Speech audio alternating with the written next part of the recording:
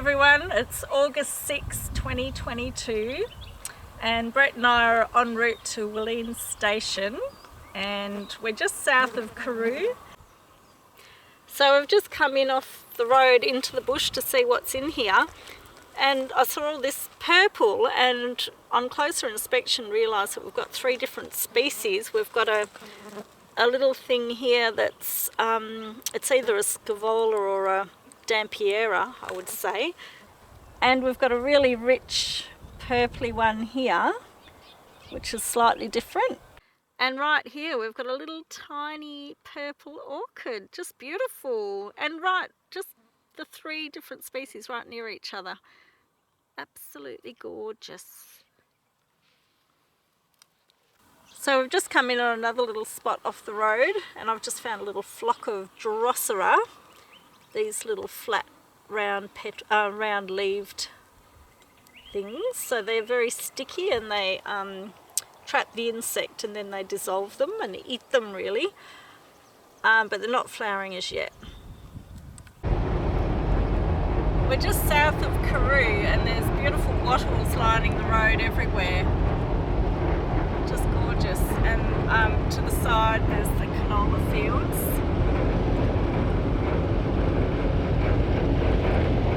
Very picturesque.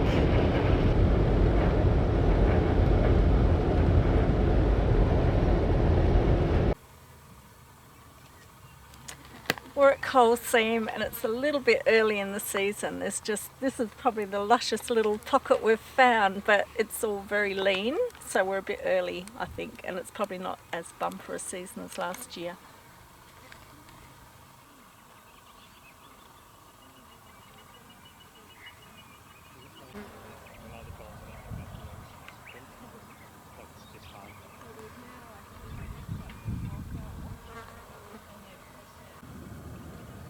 So we were here on the 22nd of August 2019 and this is what it looked like, and we're hoping it will look a bit like this in a few weeks, but we won't be here to see it. The others, the yellow and pink flowers are everlastings, right? That's right. So here we've got a beautiful carpet of them in all sorts of colours, and there's quite a few different varieties. You can see there's a big yellow one and a little yellow one, and I don't know. There's a sort of lemon coloured one and a yellow one. Yeah, and pink ones, purple. I don't know the names of them, unfortunately. And that purple example in there is a fringe lily for all the fans at home. I love the way they blow in the breeze. Beautiful. Pink and the white and the yellow here. So pretty.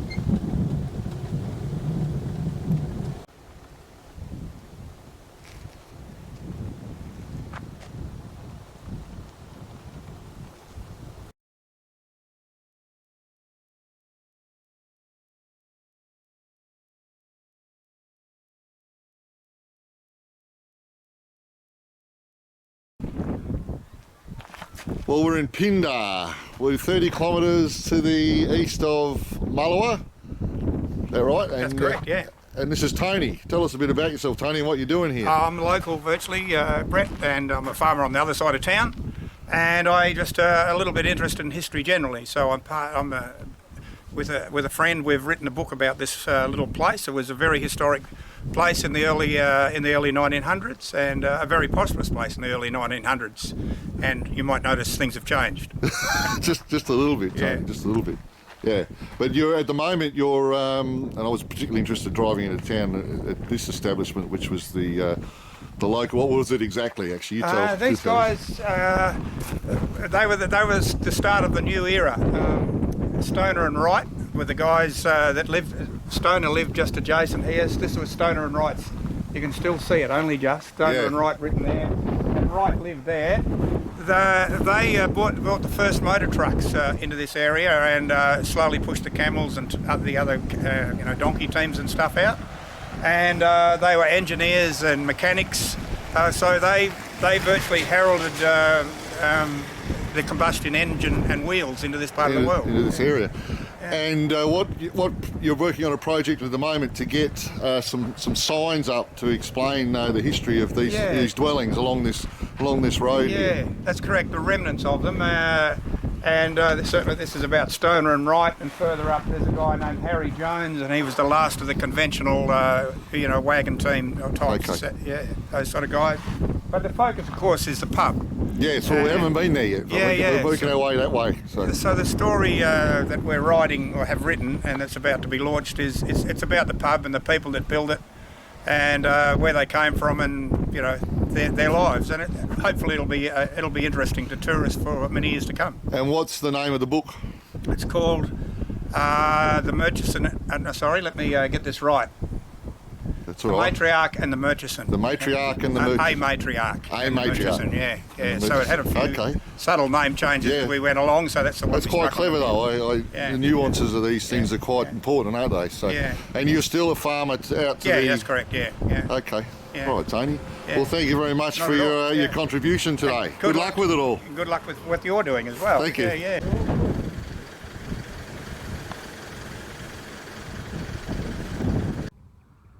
This is Pindar, about 30 kilometres due east of Mullawar.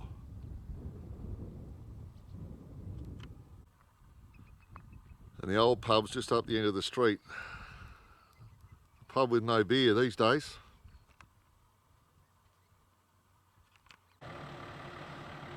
Yeah, well, you certainly can't get a beer here anymore, but when we were here 3 years ago, you could get a cup of tea. There was a cafe that was open, and Helen Ansell had her art shop, pop-up shop there, but everything's closed at the moment. Not to say it won't be open in the future, maybe a bit early in the season for it.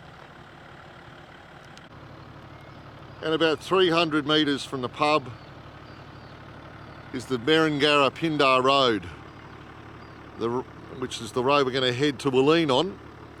Although there's a more direct road from Mullawar to Wooleen. But also we're hoping to find some reef flowers, as we did 3 years ago.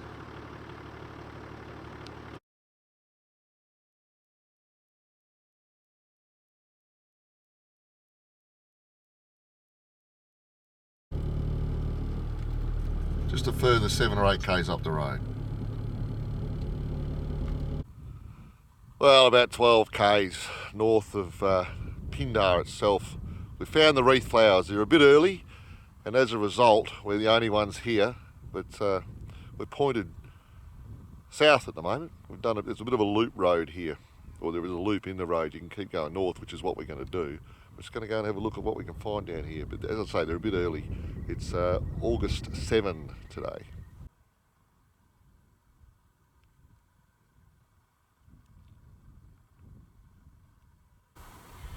So we're enjoying the wreath flowers, the Leschenoltia macranthus. They're a little early, but we found quite a nice little fluffy one here. You can see it's starting to really take the wreath flower shape. They seem to be quite mostly creamy in colour. Some of them go to a deeper pinky red colour, and as they mature they'll be just lining the sides of the road. I've heard that they grade the road special here to help encourage them, because they like disturbed soil where there's not much competition by the look of it. And they make a really spectacular show when they're all totally out. Absolutely beautiful. So I've just spotted this beautiful stylidium. It's massive. They're often a much smaller type of plant. There's a lot of different species of stylidium. They're also known as trigger plants or trigger flowers. So what happens is, if an insect comes and gets on the flower, a little hammer will come across and hold it on and make sure it gets pollinated. And I guess then it releases, or it finds some way to release. You can see the little tiny hammers here. Very pretty. It's a massive, massive species, this one. I'm not sure what the name of this species is, but it's a stylidium in that genus. 20 k's further north and she's off again. She's excited to get the big swathes of wildflowers, which are more, they proliferate more as we go further north, so we'll see what happens.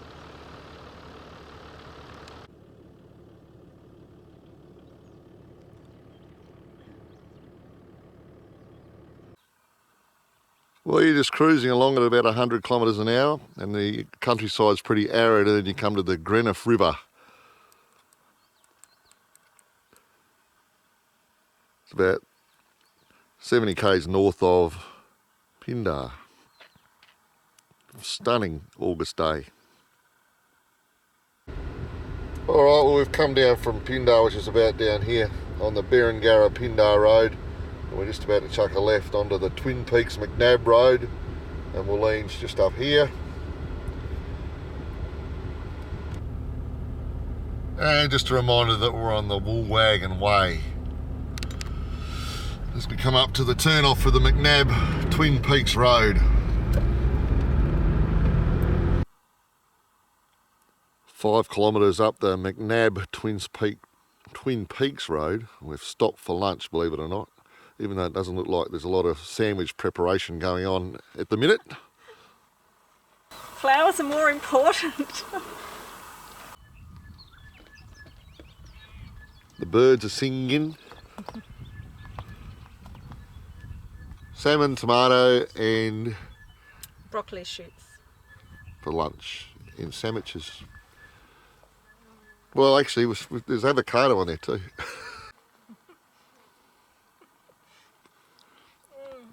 So beautiful. You enjoying the environment, Wendy? Oh, it's divine. I can hardly contain myself. 30 k's further down the road, the old Twin Peaks Station. Someone set camp up there, but looks like it's disused. In 2022, classic stuff. The old Inter.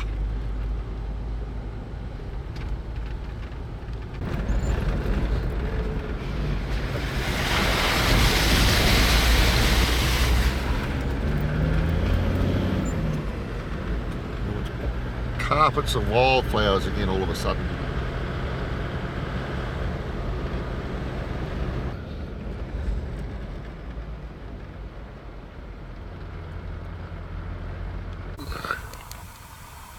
There's these beautiful little tiny purple pea flowers which I've never seen before.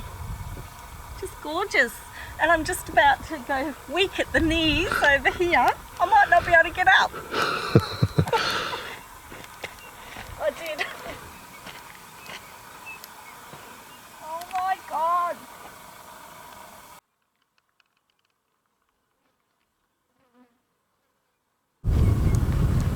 Just beautiful.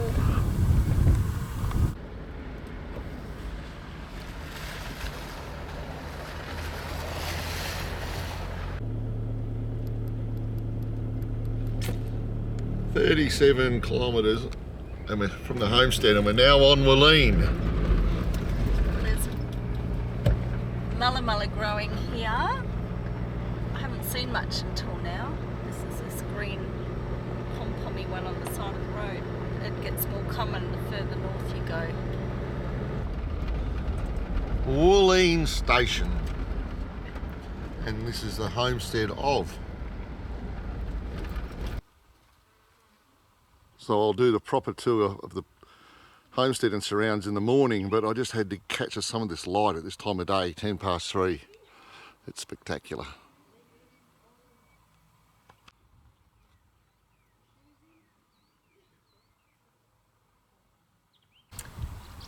So I read this book, The Wooleen Way, about 3 or 4 weeks ago before we left Perth to come up to Wooleen Station, because it was good to get an insight into what David Pollock's been doing on the property here and with his wife Frances. So they've been destocking the property of cattle to allow the environment to come back to where it was originally before settlement, and it's just amazing what work he's been doing, and really looking forward to seeing it. We'll be getting a first-hand tour. The fault line is 100 kilometres long and still a 7-metre high cliff in lots of places today. They reckon it's the best evidence of the biggest seismic shift that Australia's ever had. So how they measure that, I've no idea. Anyway, it diverted 3 rivers, none so much as the Roderick, because the Roderick couldn't go through there anymore. So the Roderick pooled at the base of the fault, which is what created the two Wooleen lakes.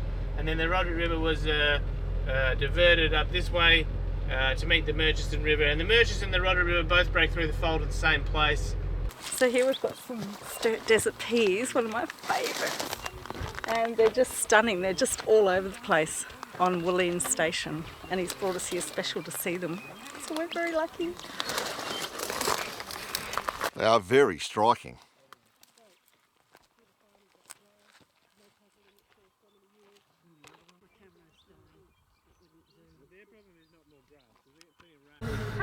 No, it is true, but once we get into these, once we get bogged here, we were bogged last night a little bit. Well, not bogged, but bumpy. Once we get up here to these mulga trees on the right hand side, we'll be in the mulga country until we get back to this point. So yeah, all these trees here on the right hand side, they're all mulga trees. 3% were less than 80% dingo, and the ones that were less than 80% dingo were all in the 70s. So 70% that is. So essentially, unless it is a very high percentage dingo, it will not survive in the wild. There are feral dogs out there, but they don't live in the wild. They live, you know, on the edge of the rubbish dump, or in an Aboriginal community, or a mine site where there's a lot of roadkill. A few groups across Australia use that as a symbol for water, because when you get a rock, you throw it in a pond, that's what you get, the ripples.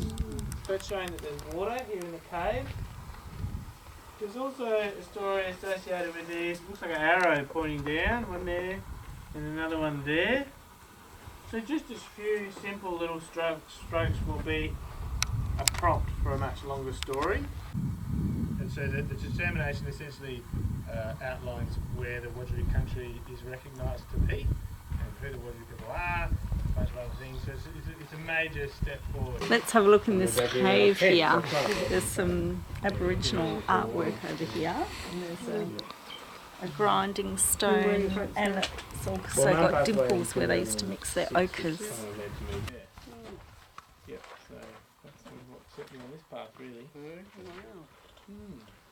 And Yeah, no one's ever regulated.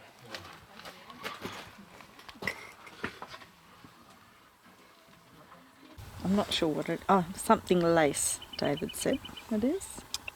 Yeah, that's all I've got, I'm afraid. They've got a book that tells you what it is. Second house. It's got a plastic cover on it. Plants of Inland Australia, that was it. Lovely.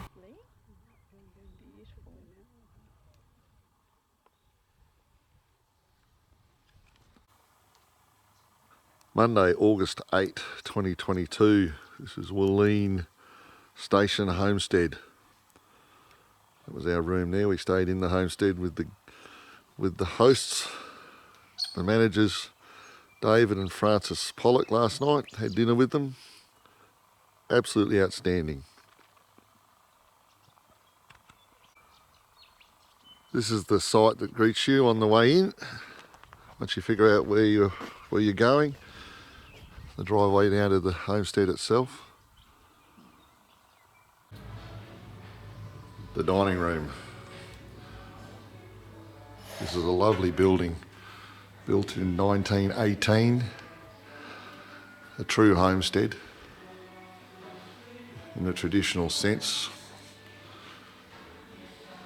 There was two buildings originally, and this roof went on in 1922, so 100 years ago this year.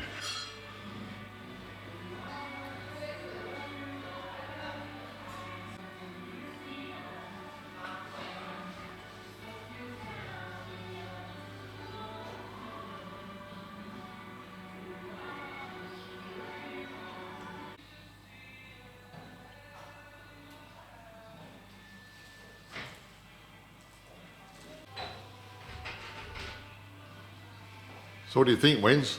It's great. I love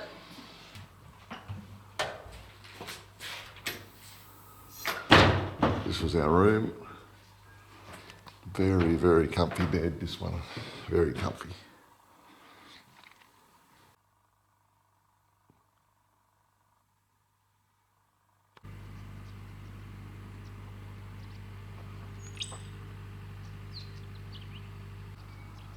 This is what they're feeding us during the winter months.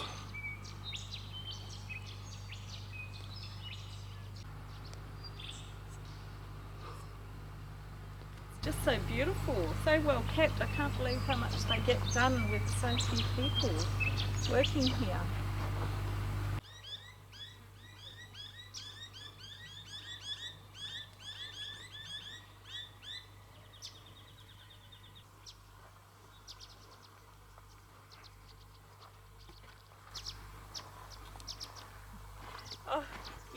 We've just been walking through these beautiful grounds of the homestead, and then you come out to the edge of the garden and you look out into the desert and you know you're not in Kansas anymore.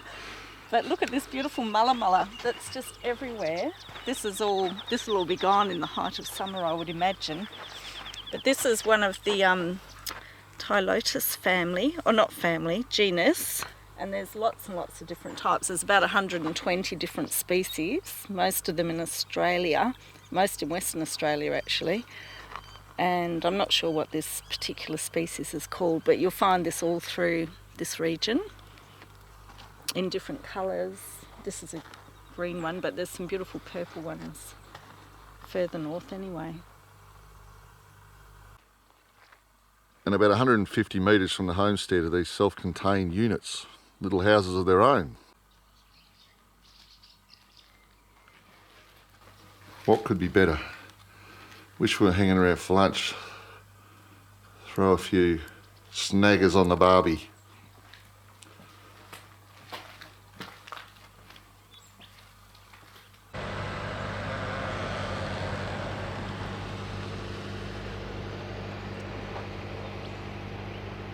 David said, "You want to buy a truck?" Looks like they've all well and truly been used for what they are intended.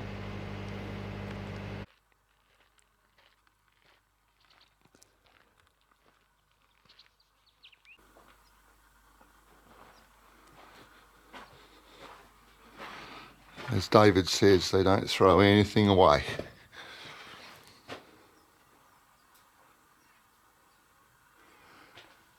As I film, it's 104 years old, this station, as a working concern. Well, the homestead's 104. Have a look at all these car badges.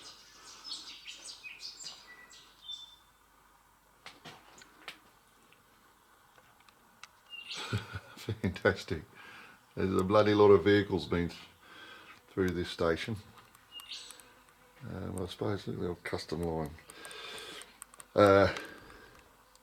But like 100 years of mechanised transport will do that, I guess.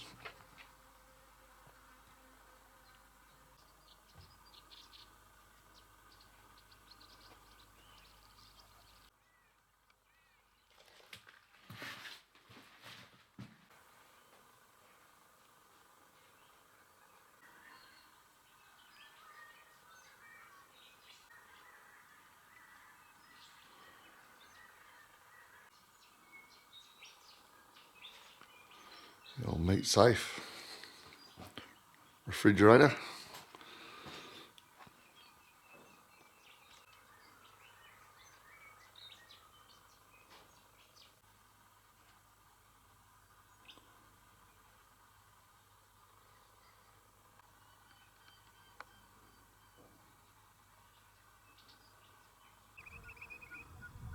This is the view from the Sharp Lookout down at Lake Wooleen,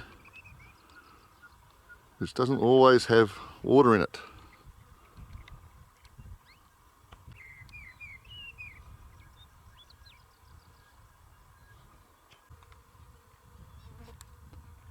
And a look back at the homestead.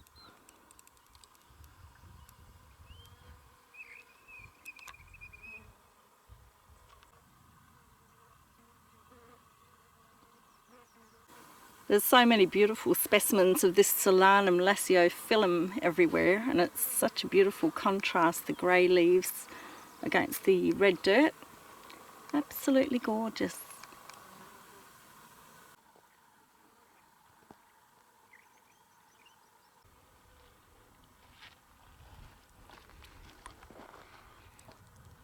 There were lots and lots of black swans out on the lake late last afternoon. They're a bit further out at this time of day, 11:30 in the morning.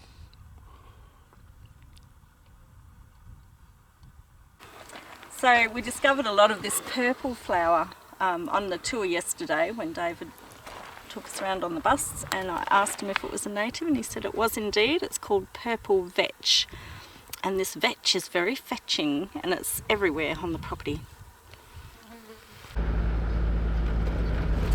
And back into the homestead grounds, past the Bowerbird Museum.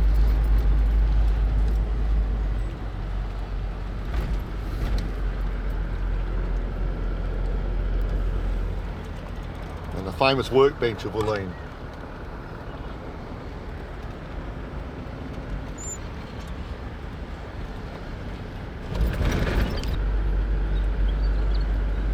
Past the front of the homestead itself. Absolutely stunning place. We're really glad that we've been, and we'll be back again.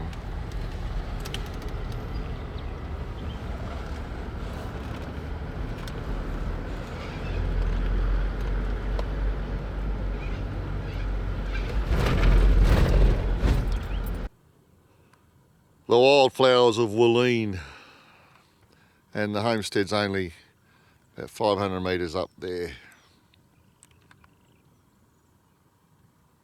Here's a pretty little mulla. It's just a tiny little one of the 120 species.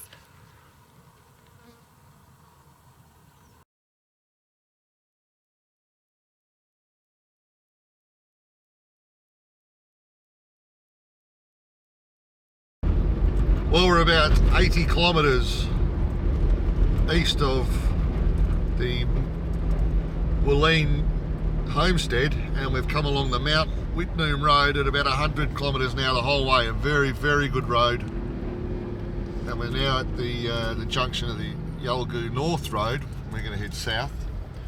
We're heading to Yalgoo. And this is, what's the name of the station? Meeker Homestead. If you're looking at your maps at home, that's the Meeker Homestead. This is the T-junction. Out Whitnoom Road and the Yalgoo North Road.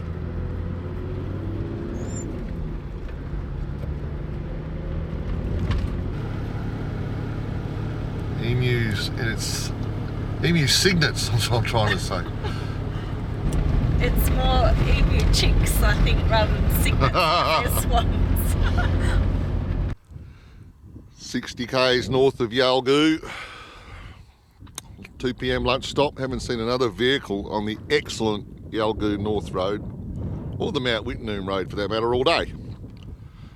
Wendy's chosen this spot for lunch because of the proliferation of wildflowers, which we saw a lot of through the Wooleen section of the Mount Whitnoom Road, but not so much since. But down here on the Yalgoo North Road, there's been quite a few lately.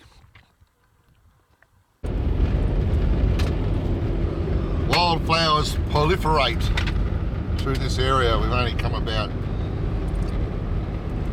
10 kilometres from our lunch stop, so we're about 50 k's north of Yalgoo. And there's plenty of colour, which the video camera sort of pushes away a bit.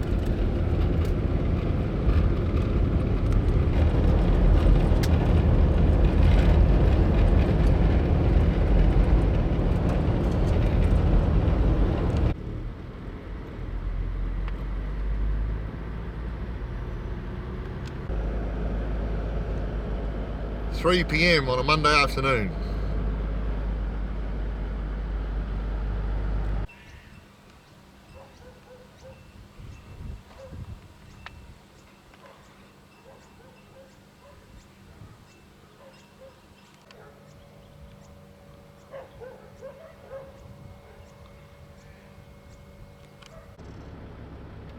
And about 60 kilometres south of Yalgoo, we're going to chuck a left and head down the Paynes Fine Road. I actually can't remember if that's actually what it's called. I know it's got Paynes Fine in the title. We're about 100 away.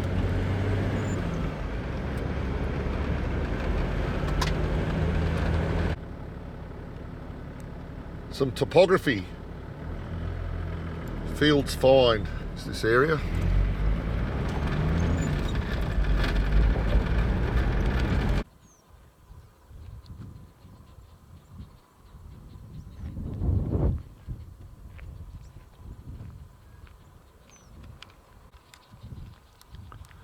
There was an explosion at the mine here in 1899 and these 4 gentlemen lost their life in that explosion.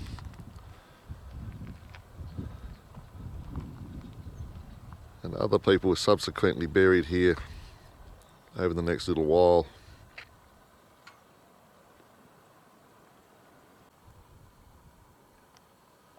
Roughly 60 kilometres to the west of Paynes Find, which is out on the Great Northern Highway.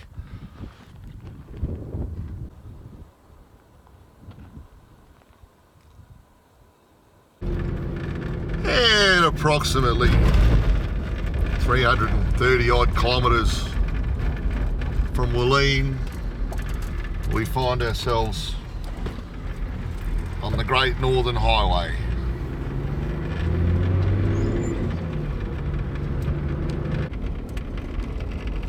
And it's Paynes Find. It's been a lovely drive over from Wooleen Station, hasn't it, Wins? It has. Very picturesque. Let's go and sort out some digs. August 9, 2022. Stayed at a little donger out the back here at Paynes Find. Had an excellent mushroom and chicken pie for dinner. The burgers here are excellent, got a good reputation for that. Approximately 5 hours north of Perth. Aforementioned famous burgers of Paynes Find. For breakfast, I might add, when in Paynes Find, do as the locals. I don't know if they do it, but anyway. And the burgers lived up to expectations. They were absolutely sensational.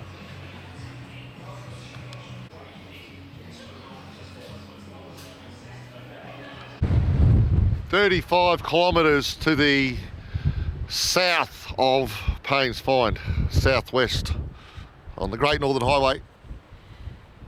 So we've just popped out to see if these are different kind of flowers, but, well, different kind of everlastings because they look smaller from the road, but they're just in bud. You can see with that one, it just hasn't opened up yet, that's why they look a bit smaller. And then down here you can see even tiny little buds. So everything's sort of a little less far along, which is frustrating because there's some different types here and I'd love to see them in full bloom. But they're still That's pretty. still a couple of weeks away. I'm not sure, it might only be a week away. It depends on whether they have. August 9 today, and it's there's a big storm going on in Perth as we speak. Hail and all that. Well, it is August. Yeah. We're 40 kilometres further south than where we were just before. So there's still been lots of carpets of everlastings, but they've just dried up a little bit. But what are suddenly appearing are lots of beautiful shrubs. So there's this beautiful wattle, and actually even just the leaf of this is lovely, even though it's not flowering. That's a little melaleuca by the look of it, from the fruit on it. So over here we've got a beautiful bush which are proliferating in this area. I'm not sure what it is. It could be a hakea. I really don't know, but doesn't matter. Look how gorgeous it is. Very same species. I don't know if it'll pick up on the camera, but look at the different shades of pink here to this one. This is a bit more intense. And I love that out in the bush, that the variety is just massive between species and the same species. It varies so much. And then here, and just excuse the litter, there's litter everywhere, it's horrifying. But this looks like, I was going to say a thryptomene, but I'm not sure that it is. But whatever it is, it's gorgeous. And I'm sure we used to have something like this on my farm as a kid. Which was out where? Near Southern Cross, so in a very different area, but very evocative to me. I could just get lost in this. It just takes me to my childhood. Just beautiful. Love it. Right on the side of Great Northern Highway here, so you don't have to go too far out of your way. about 80 kilometres north of Woburn. But of course you've got to deal with wide loads occasionally on the big roads.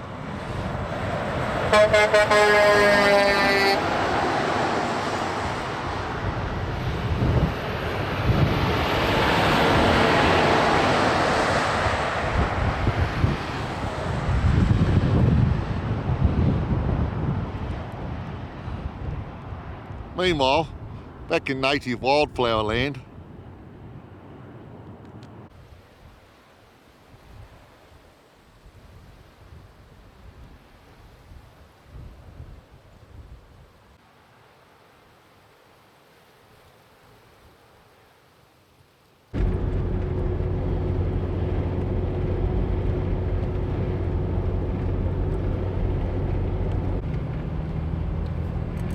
Series cruise is the last one. Cheers, guys.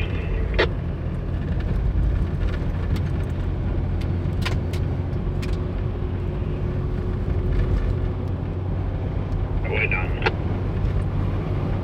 and that'll about do the Wooleen Wildflower. I can't even talk. The Wooleen Wildflower trip of 2022. Hope you've enjoyed it as much as we have. Until next time, ciao for now.